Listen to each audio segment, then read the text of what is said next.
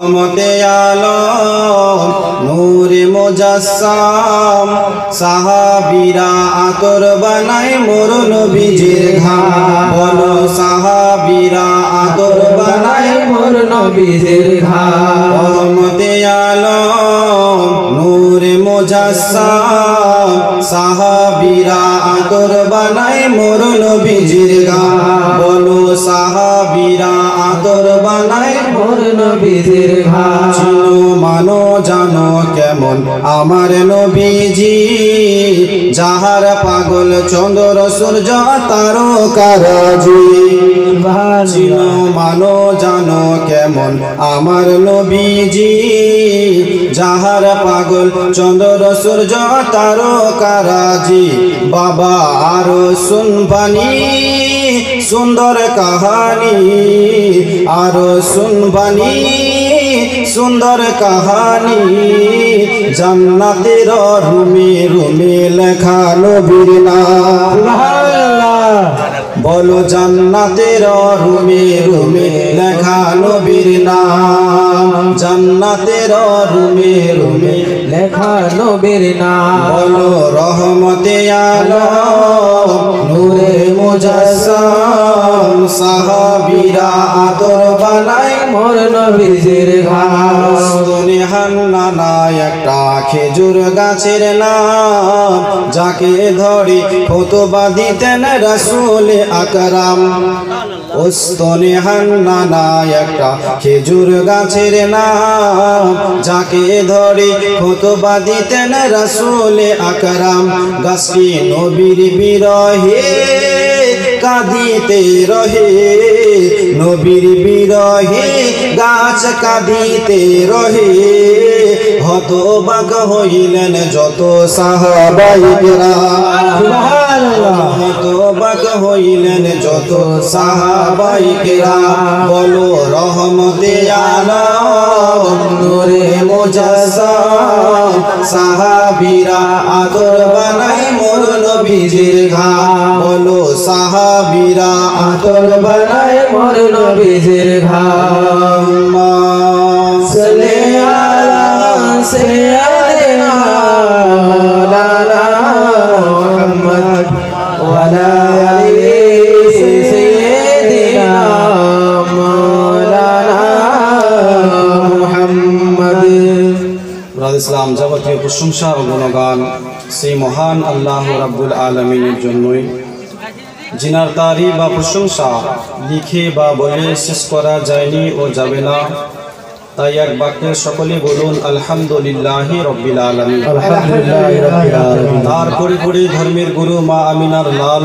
রুহে ফিদা নবী মুস্তাফা সরওয়ারে কওনো মাকা জনাবে মুহাম্মদুর রাসূলুল্লাহ সাল্লাল্লাহু আলাইহি ওয়াসাল্লামের প্রতি শত সহবার দরুদে ধারা প্রবাহিত হোক তাই আসি আর একবার উচ্চ কণ্ঠে মোহাব্বতে সকলে পড়ি সাল্লাল্লাহু আলাইহি ওয়াসাল্লাম ব্রাদ ইসলাম সময় সংকীর্ণ তাই খুতবা ভূমিকা লম্বা চওড়া করব না ডাইরেক্ট আয়াতের দিকে যাই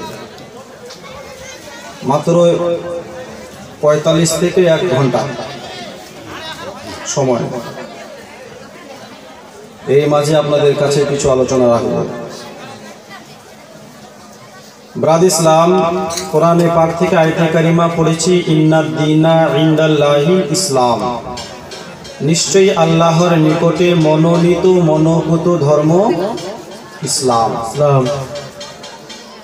আর এই ইসলামের মধ্যে 5টি খুঁটি আছে আল্লাহ রাসূল হাদিসের মধ্যে বলছেন বুনিয়াল ইসলামু আলা খামসি শাহাদাতু আন্না লা ইলাহা ইল্লাল্লাহ ওয়া আন্না মুহাম্মাদুর রাসূলুল্লাহ ইকামুস সালাতা ওয়া ইতাউজ যাকাতা ওয়াল হজ্জ ওয়া সাওমু রমাজান আপনাকে কোনো হিন্দু বৌদ্ধ খ্রিস্টান যুবক ছেলে আপনাকে প্রশ্ন করতে পারে ভাই তোমার ধর্ম ইসলাম আচ্ছা বলো তো ইসলামে কয়টি স্তম্ভ আছে আপনি কি বলবেন জানি না ইসলামে কয়টি স্তম্ভ 5টি প্রথম হচ্ছে কালেমা নামাজ রোজা হজ যাকাত এই 5টি ইসলামের স্তম্ভ ব্রাদ ইসলাম বিশ্বনবী দুনিয়াতে আসার আগে ইসলাম কি জিনিস মানুষ বুঝতো না, চিনতো না ইসলাম কাকে বলে। সমস্ত মানুষ মূর্তি পূজায় লিপ্ত ছিল। ইসলাম কি মানুষ কিছুই বুঝতো না। দয়ার নবী হাবিবুল্লাহ এই পৃথিবীতে এসে, এই জগতে এসে ইসলামের দাওয়া দিয়েছে। বলো সুবহানাল্লাহ। বিশ্বনবী এই পৃথিবীতে এসে ইসলামের দাওয়া দিয়েছে। তার আগে মানুষ ইসলাম কি কিছুই বুঝতো না। ব্রাদার ইসলাম, বিশ্বনবীর জন্মের পর থেকে নিয়ে 40 বছর অবধি কাউকে বলেনি আমি নবী। বলেছে? বলেনি। কাউকে বলেনি আমি নবী, আমার কালমা পড়ো। কাউকে বলেনি। যদিও নবী নিজের এলানটা করেনি আমি নবী, তবে ওই জামানার মক্কার লোক আমার নবীকে আল আমিন ওয়া সাদিক বলে চিনতো। জোরে বলুন সুবহানাল্লাহ। আল আমিন ওয়া সাদিক বলে জানতো যে ইনি যদিও মানুষ, তবে ইনি অসাধারণ, ইনার সঙ্গে তুলনা হয় না। কিন্তু নবী আমার এলান করেনি যে আমি নবী। বন্ধুগণ, বাবাজি ভাই, বিশ্ব নবী আকা মুস্তাফার যখন 40 বছর পূর্ণ হলো, মহান আল্লাহ পাক আল্লাহ তাআলা নিজের প্যারা নবী, প্যারা হাবিবকে ডেকে বলছেন, হাবিব, এইবারে সময় হয়েছে তুমি ইসলামের দাওয়াত দাও। সময় হয়েছে তুমি নবুয়তের এলান করো। বিশ্ব নবী আকা মুস্তাফা 40 বছর বয়সে খোদার হুকুমে নিজের নবুয়তের এলান করলেন। এই মক্কার লোকেরা, আমি হলাম আল্লাহর নবী, তোমরা আমার কালমা পড়ো। এই রকম দেব দেবীর পূজা করো না যে এক জায়গা থেকে অন্য জায়গায় যেতে পারে না, যার কোনো ক্ষমতা নেই, যে কোনো কথা বলতে পারে না। তোমরা আমাকে আল্লাহর নবী বলে মেনে নাও, আর এক আল্লাহকে মেনে নাও। নবী পাক দাওয়াত দিলেন, কিন্তু ওই সময় কেউ আমার নবীর কলমা পড়লো না। আবু লাহাব পড়লো না, আবু জেহেল পড়লো না, আবু সুফিয়ান প্রভৃতি কেউ নবীর কলমা পড়লো না। আমার নবী মুস্তাফা আল্লাহকে ডেকে বলছেন, ওগো আল্লাহ পাক, কেউ তো আমার কালমা পড়ে না, কেউ আমাকে নবী বলছে মানে না। আল্লাহ বলে, হাবিব, জগতের মানুষ যদি তোমাকে না মানে তো নাই মানুক। হে আমার হাবিব, আমি আল্লাহ তোমাকে মানবো আর তুমি আমাকে মানবে। জোরে বলো এ আমার নবী, যদি দুনিয়ার মানুষ তোমাকে না মানে নাই মানুক, আমি আল্লাহ তোমাকে মানবো। জোরে বলো তুমি আমাকে মানবে। হে আমার নবী, তুমি আমার, আমি তোমার খোদা, আর তুমি আমার মুস্তাফা। তুমি আমাকে কাদির বলবে, আমি তোমাকে মুবাশশির বলবো। তুমি আমাকে লাতিফুল খাবির বলে ডাকো, আমি তোমাকে সিরাজুল মুনির বলে ডাকবো। তুমি পড়বে লা ইলাহা ইল্লাল্লাহ, আমি আল্লাহ পড়বো মুহাম্মাদুর রাসূলুল্লাহ। মেহবুব, চিন্তা করো না, দুঃখ করো না, তুমি এলানটা দাও, এলান করো, দাওয়াত দাও ইসলামে। বন্ধুগণ, কেউ কলমা পড়লো না, বাড়িতে চলে আসলো।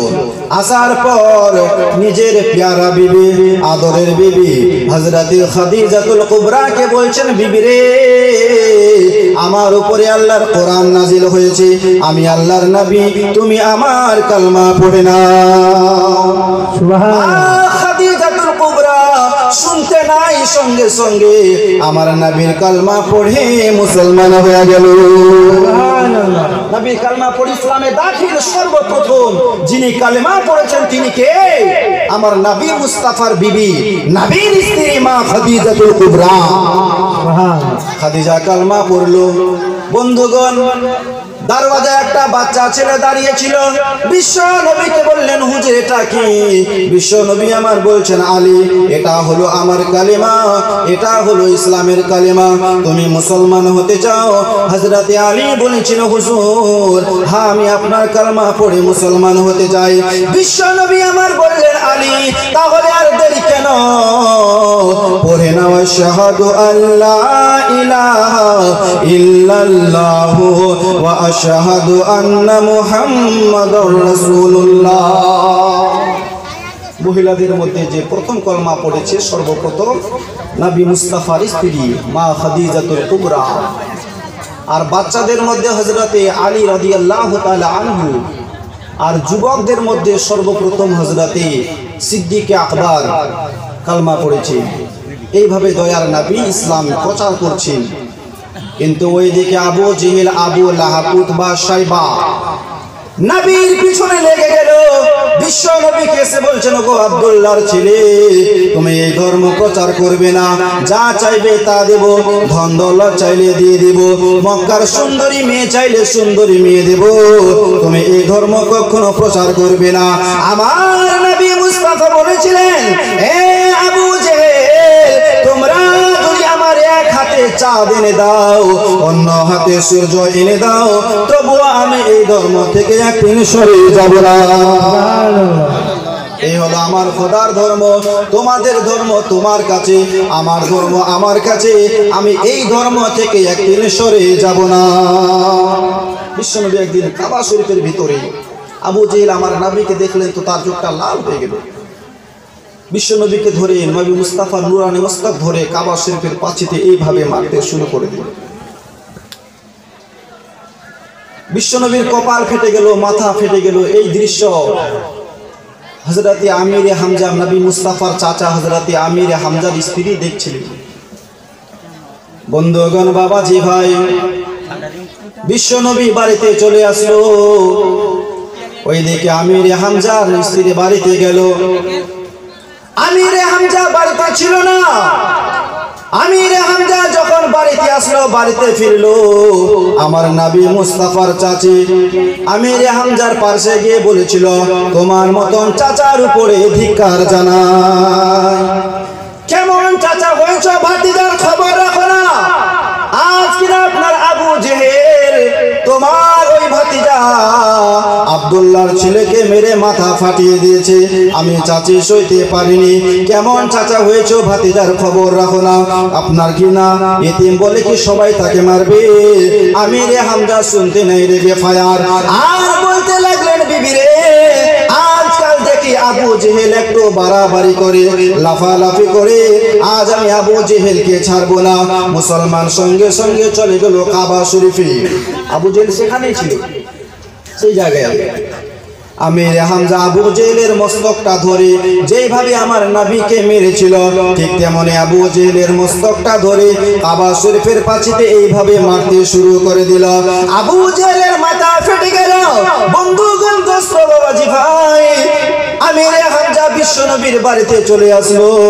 আসার পর বলছেন, মুহাম্মদ, ও আমার ভাতিজা, তুমি খুশি হয়ে যাও, খুশি হয়ে যাও, এখনই তোমার বদলা নিয়ে আসলাম। তোমার বদলা নিয়ে এসেছি। আবু জেহেল তোমাকে মেরেছে, তাকেও আমি মেরেছি। ভাতিজা, তুমি খুশি হয়ে যাও। বিশ্বনবী আমার বলেছিলেন, চাচা, আবু জেহেলকে মেরেছো, তাতে আমি খুশি নয়। হে আমার চাচা, আল্লাহ পাক, আল্লাহ তাআলা আমাকে বদলা নিতে পাঠায় নাই, আল্লাহ তাআলা আমাকে প্রতিশোধ নিতে পাঠায় নাই। চাচা জান, আবু জেহেলকে মেরেছো, তাতে আমি খুশি নয়। হে আমার চাচা, তুমি যদি আমাকে খুশি করতে চাও, আমার কালমা পড়ে নাও, আমি রাসূলুল্লাহ খুশি হয়ে যাব। তুমি যদি কালমা পড়ো, আমি এমনিতে খুশি।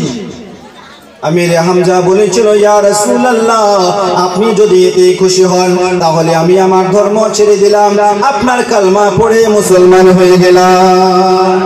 কে হাজারো ব্যথা বেদনার পরে ফিরে আসনি তুমি আপন ঘরে, দিনের আলো তুমি ছড়িয়ে দিতে চলে গেলে মদিনায় মক্কা ছেড়ে। হাজারো ব্যথা বেদনার পরে ফিরে আসনি তুমি আপন ঘরে, দিনের আলো তুমি ছড়িয়ে দিতে চলে গেলে মদিনায় মক্কা ছেড়ে।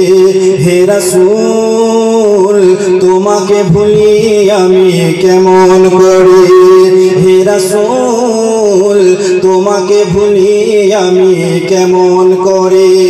খেয়ে না খেয়ে দিন প্রচারের কাজে নিজেকে দিয়ে ছবি নিয়ে তাইফের কাফেরেরা চিনল না এই আলো, দুষ্ট ছেলেদের পিছু দিল লিলিয়ে।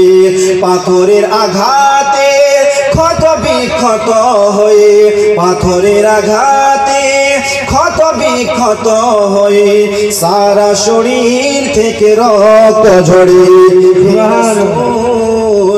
তোমাকে ভুলি আমি কেমন করি। ব্রাদ ইসলাম হযরত আমির হামজা কালমা পড়ে, বিশ্বনবীর কাছে কালমা পড়ে মুসলমান। এইভাবে দয়াল নবী হাবিবুল্লাহ, কখনো কেউ মারছে, বিশ্বনবী নামাজ পড়ছেন, একজন শয়তান এসে বিশ্বনবী যখন সিজদার হালাতে, একজন দুষ্ট শয়তান এসে বিশ্বনবীর মস্তকে নুরানি মস্তকে পা রেখে এইভাবে কচলাতে লাগলো। কত কষ্ট করেছে আমার নবী মুস্তাফা, কত খুন ঝরিয়েছে এই ইসলামের জন্য, ইসলামের খাতিরে। আবু জেহেল দেখলো না, এইভাবে পারা যায় না, একটা কাজ করতে হবে। এই মুহাম্মদকে, আব্দুল্লাহর ছেলেকে আটকাতে হবে, না হলে মক্কাতে একটাও খ্রিস্টান ইহুদি থাকবে না, সব কলমা পড়বে। কেমন করে হোক একে আটকাতে হবে। একটা জ্ঞানী গুণী লোকের দরকার, একটা জ্ঞানী গুণী। সে মনে মনে ভাবলো, হ্যাঁ, ইয়ামান শহরে আমার একটা বন্ধু আছে হাবিবে ইয়ামনি, ও খুবই জ্ঞানী, অনেক শিক্ষিত। তাকে যদি ডেকে আনি তাহলে আব্দুল্লাহর ছেলেকে যেমন করি হোক পরাজিত করবে, হারাবেই। কারণ অনেক শিক্ষিত, অনেক ভাষা জানে হাবিবে ইয়ামনি। তাই চিঠি দিল, ভাই হাবিবে ইয়ামনি, এই যে আমাদের আব্দুল্লাহর ছেলে ছিল, যাকে আমরা সবাই আলামি বা সাদিক বলে জানতাম, যাকে সবাই ভালো জানতাম, আজ সে নিজেকে নবীর দাবি করে নিয়েছে। তাই ভাই বন্ধু, চিঠি পাওয়া মাত্রই মক্কায় আসবা। হাবিবে ইয়ামনির কাছে চিঠি গেল, চিঠি পাওয়া মাত্রই হাবিবে ইয়ামনি আবু জেহেলের কাছে, ভাই কেন ডেকেছো বলো।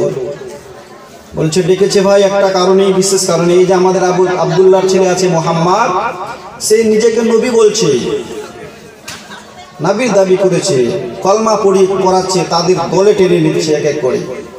যেমন করে হোক ওকে আটকাতে হবে, এই জন্যই তোকে ডেকেছি। হাবিব ইয়ামনি বলল, বাস এটা কোনো ব্যাপার হলো? কত কত লোক আমার কাছে হেরে গেছে, আর সামান্য আব্দুল্লাহর ছেলে মুহাম্মদ, ও তো কিছুই না। তুমি একটা সবার আয়োজন করো, বিশাল বড় একটা সবার আয়োজন করেছে, বিশ্বনবীকেও দাওয়াত দিয়েছে, তোমাকেও থাকতে হবে, তোমার সাথে মুনাজারা হবে। বিশ্বনবী বলছেন আমি রাজি, আমার সাথে মুনাজারা হবে, আমি রাজি। ব্রাদ ইসলাম, সবাই বিশাল বড় একটা সভার আয়োজন করেছে, দূর দারাজ থেকে লোক এসেছেন। হাবিব ইয়ামনি আমার নবী মুস্তাফাকে বলছেন, এই আব্দুল্লাহর ছেলে, তুমি নবীর দাবি করেছো? বিশ্বনবী বলছেন হ্যাঁ। তো হাবিব ইয়ামনি বলছে, আমার দুটি প্রশ্ন আছে, আমার যদি দুটি প্রশ্নের উত্তর দিতে পারো তোমাকে নবী বলে মেনে নেব, নবী বলে মেনে নেব।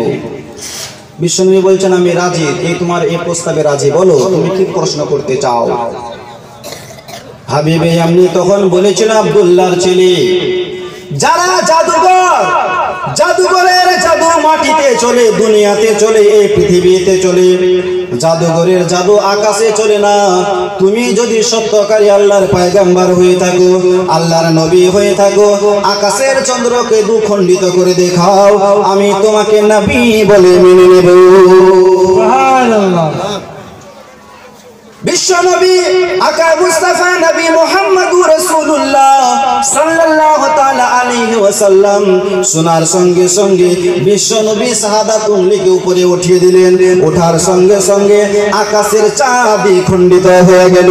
সুবহানাল্লাহ। कि सूरज उल्टे पाओ पलटे, चांद इशारे से हो चाक, आंधे नजरी देख ले कुदरत रसूलुल्लाह की।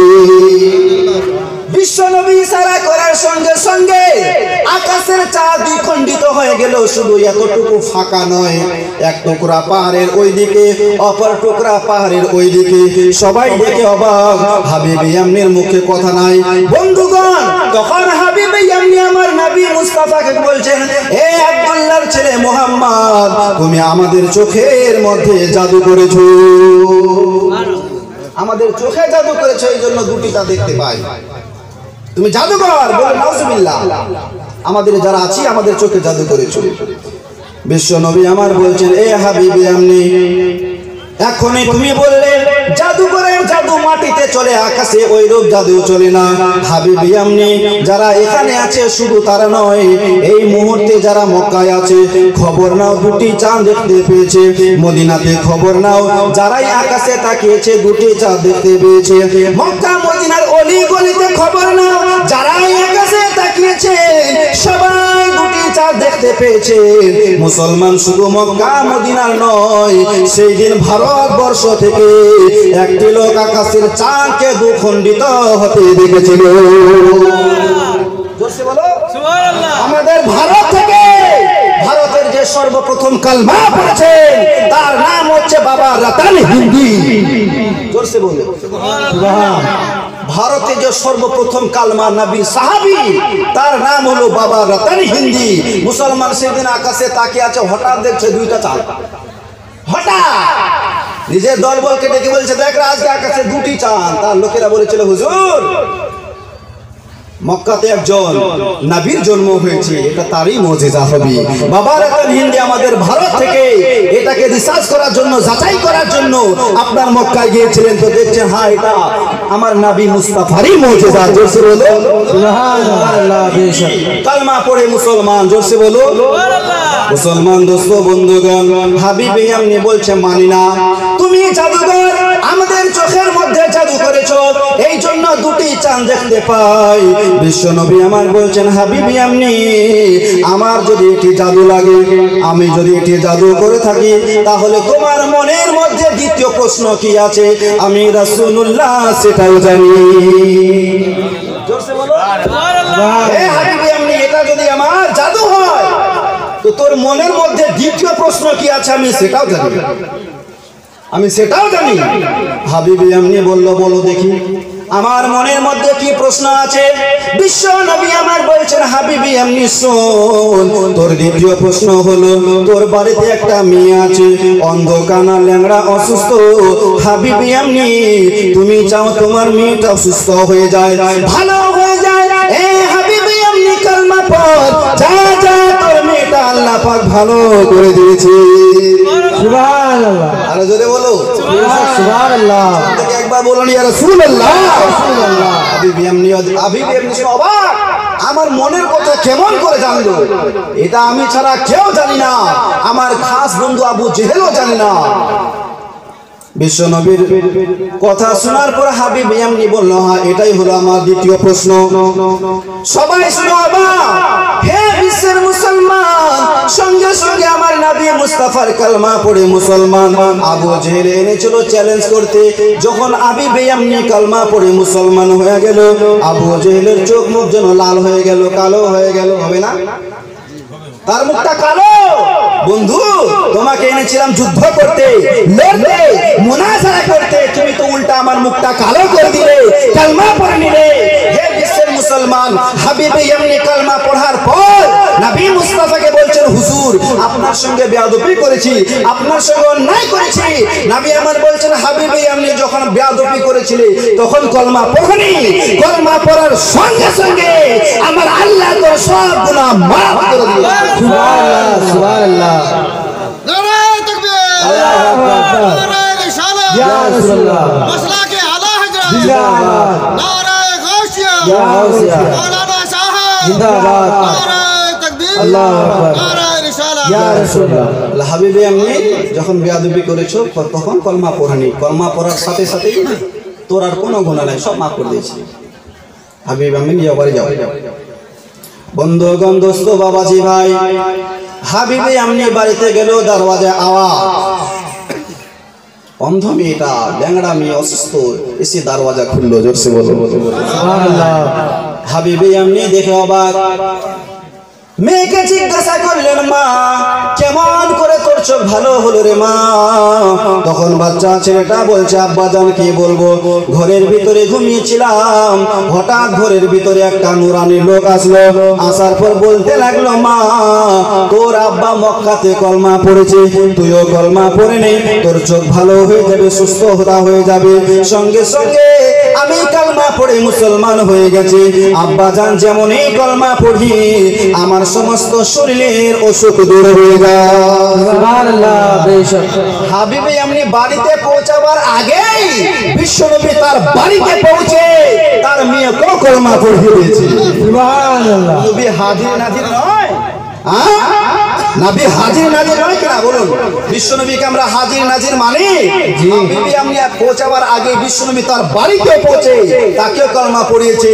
হে বিশ্বের মুসলমান, এইভাবে দয়ার নবী হাবিবুল্লাহ ইসলাম প্রচার করছি। আবু জেহেল, আবু লাহাব, উতবা, শাইবা, আবু জেহেল এসে আমার নবীকে বলছে, রে আব্দুল্লাহ ছেলে, তোমার মতন কালো খারাপ বাদসুরাত জগতে কোথাও দেখিনি।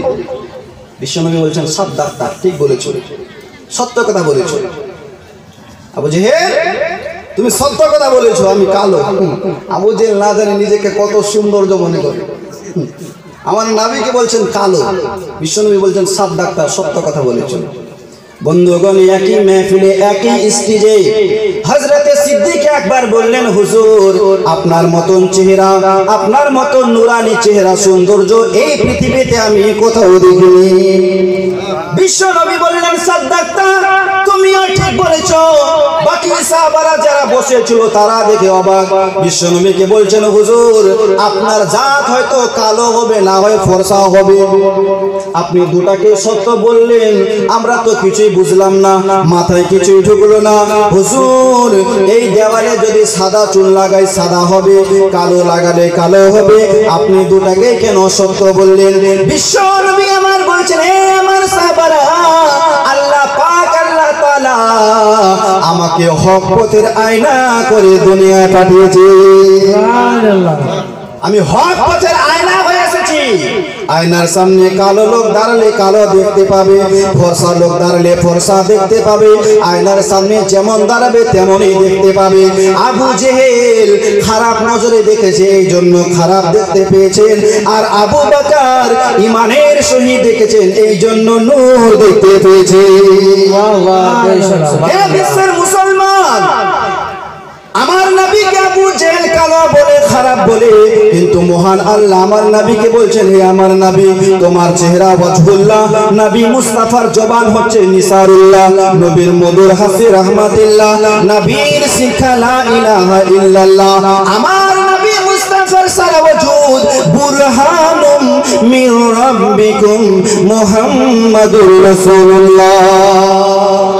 নবী মুস্তাফার সমস্ত বডি, নবী মুস্তাফার চেহারা ওয়াজহুল্লাহ, জোরসে বলো না সুবহানাল্লাহ। হে বিশ্বের মুসলমান, মিশরের মহিলারা ইউসুফ নবীর চেহারা দেখে হাত কেটে দিয়েছিল। হযরতে মা আয়েশা সিদ্দিকা বলে, যদি তারা আমার নবীর চেহারা দেখতো, হাত কাটার বদলে কলিজা কেটে দিলেও বুঝতে পারতো না। কি নবীজির গোলামের, নবীজির গোলামের কোনো চিন্তা নাই, চলো নবীজির জান্নাতে মদিনাতে যাই, চলো নবীজির জান্নাতে মদিনাতে যাই। কে যে নবীজির গোলামের কোনো চিন্তা নাই, চলো নবীজির জান্নাতে মদিনাতে যাই। কে কে যাবে মদিনা,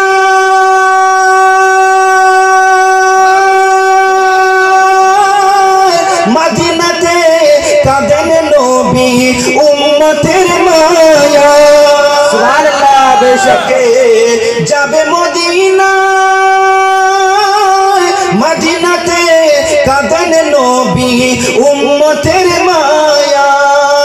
ওগো দিন রজনী কান্দেন যিনি, দিন রজনী কান্দেন যিনি, শুয়ে রোজায় নবীজির জান্নাতে মদিনাতে যায়, চলো নবীজির জান্নাতে মদিনাতে যায়। কঠিন হাসরের দিনে জান্নাতে যাবে না নবী উম্মত বিনে। সুবহানাল্লাহ সুবহানাল্লাহ। কঠিন হাসরের দিনে জান্নাতে যাবে না নবী উম্মত বিনে। ওগো মাফ করিয়া দিবেন আল্লাহ, মাফ করিয়া দিবেন আল্লাহ নবীর ওসিলায়। চলো নবীজির জান্নাতে মদিনাতে যাই, চলো।